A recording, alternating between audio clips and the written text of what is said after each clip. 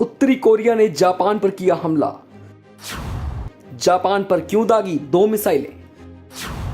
किन देशों ने जारी किया इमरजेंसी अलर्ट?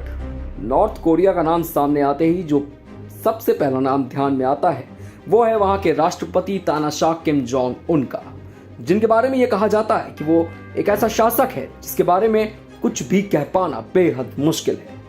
वो कब किस पर हमला कर दे ये कोई नहीं जानता। किम जोंग उन की जापान अमेरिका जैसे पड़ोसी देशों के साथ दुश्मनी किसी से छिपी नहीं है। अब ऐसे में एक बार फिर से उत्तर कोरिया ने कुछ ऐसा किया जिसने अमेरिका जैसे ताकतवर देश को भी टेंशन में डाल दिया है।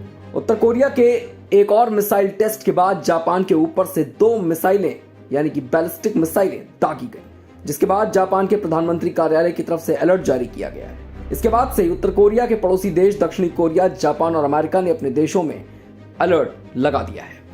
दक्षिण कोरिया की मिलिट्री की तरफ से बताया गया है कि लॉन्च की गई मिसाइलें पूर्वी सागर में जाकर गिरी। उत्तर कोरिया की तरफ से कम दूरी वाली 2 बैलिस्टिक मिसाइलों को लॉन्च किया गया। पिछले ही हफ्ते उत्तर कोरिया ने एक मिसाइल टेस्ट के बाद जापान में अफरा तफरी का माहौल पैदा कर दिया था।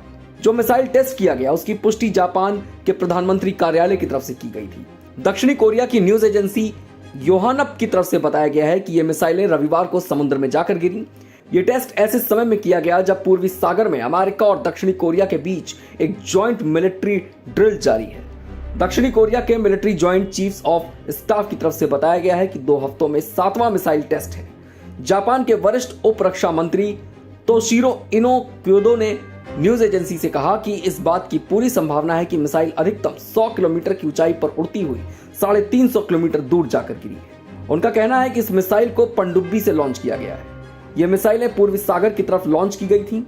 इस हिस्से को जापान सागर के नाम से भी जाना जाता है। ये मिसाइलें देश के एक्सक्लूसिव इकोनॉमिक जोन यानी EEZ के बाहर जाकर गिरी है।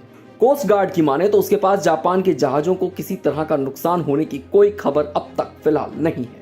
वहीं अमेरिका सेना के हिंद प्रशांत कमांड की तरफ से भी 2 बैलिस्टिक मिसाइलों के परीक्षण की बात सामने आई है। कमांड की माने तो इस टेस्ट में यह साबित होता है कि उत्तरी कोरिया का मिसाइल प्रोग्राम कितना ज्यादा आक्रामक हो चुका है। हालांकि इस पूरे मामले पर उत्तरी कोरिया का कहना यह है कि उसने अपने किसी भी पड़ोसी देश को कोई नुकसान नहीं पहुंचाया है।